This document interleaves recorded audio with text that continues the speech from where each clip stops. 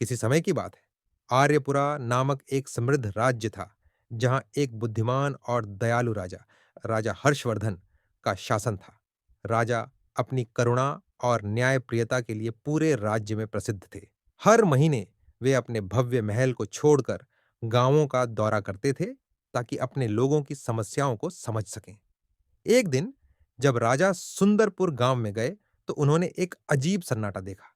खेत जंगली घास से भरे थे और बाजार का चौराहा वीरान था।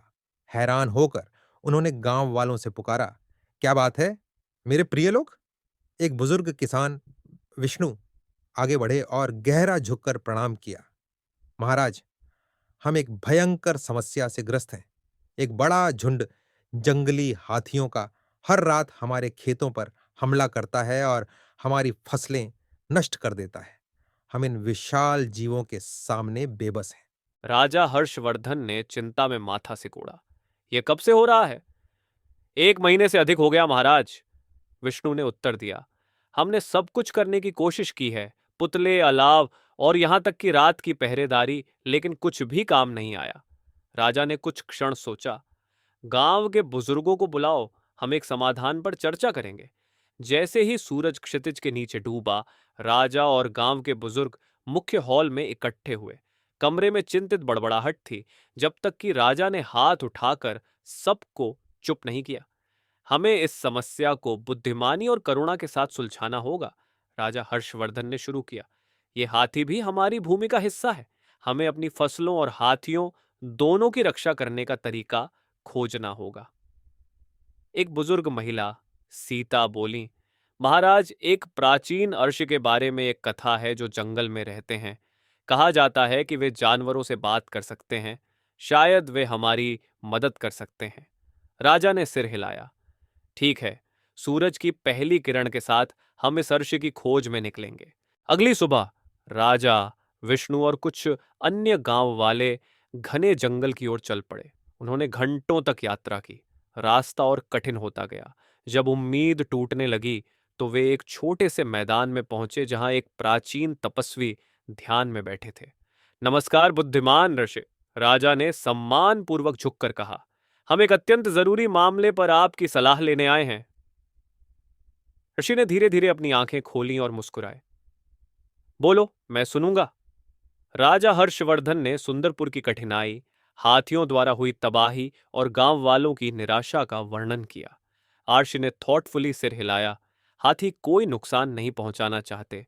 वे भूख और अपने निवास स्थान की कमी से प्रेरित हैं। आपको एक ऐसा स्थान बनाना होगा जहां उन्हें बिना आपके खेतों में घुसे भोजन मिल सके। विष्णु ने पजल्ड होकर पूछा, लेकिन बुद्धिमान अर्षे, हम ये कहाँ कर सकते हैं? नदी के पार एक घास का मैदान है, ऋषि ने उत्तर दिया। वहां हाथियों के पसंदीदा पौधों की बहुतायत है। उनके लिए रास्ता साफ करो और वे इसे अपना समझने लगेंगे। राजा ने ऋषि को धन्यवाद दिया और उनकी सलाह का पालन करने का वादा किया। वे सुंदरपुर लौटे और गांव वालों की मदद से जंगल के पार घास के मैदान तक का रास्ता साफ करने का कठिन कार्य शुरू किया। उन्होंने दिन रात मेहनत की। उनके दिलों में राष्ट्र की बुद्धिमत्ता से नई आशा थी। जब रास्ता पूरा हो गया, राजा ने आदेश दिया कि बड़ी मात्रा में भोजन रास्ते के साथ साथ रखा जाए, जो घास के मैदान की ओर ले जाए। उस रात गांव वाले अपनी सांसें रोके हुए थे, यह उम्मीद करते हुए कि योजना काम करेगी। रात के अंधेरे में जमीन कांपने लगी जब हाथियों का झुंड पास आया। गांव वालों ने दूर से देखा कि बड़े जानवर हवा को सूंघ रहे थे, रास्ते में रखे गए भोजन की ओर आकर्षित हो रहे थे। धीरे धीरे, एक एक करके हाथियों ने उस रास्ते का अनुसरण करना शुरू कर दिया। सुबह होते ही वे सभी घास के मैदान में पहुंच गए, शांतिपूर्वक पौधों का आनंद ले रहे थे। गांव वाले खुशी और राहत से चिल्ला उठे। राजा मुस्कुराए, अपने लोगों पर गर्व करते हुए। हमने दिखाया है कि समझदारी और दया से सबसे बड़ी चुनौतियों का भी सामना किया जा सकता है। विष्णु राजा के पास आकर गहरा झुके। महाराज, आपने हमारे गांव को बचा लिया। हम सदा आपके ऋणी रहेंगे। राजा हर्षवर्धन ने सिर हिलाया। यह रण नहीं, बल्कि सीखा हुआ पाठ है। हमें प्रकृति और उसके सभी जीवों के साथ सामंजस्य में रहना चाहिए। यह भूमि हम सभी की है। उस दिन के बाद से सुंदरपुर के गांव वाले और हाथी शांतिपूर्ण सह अस्तित्व में रहने लगे। राजा अपने महल लौट आए। उनका दिल हल्का था, ये जानते हुए कि उन्होंने फिर से बुद्धिमत्ता और करुणा के मूल्यों को कायम रखा। और इस प्रकार बुद्धिमान राजा और गांव की कहानी जो हाथियों के साथ रहना सीखी, एक प्रिय कथा बन गई।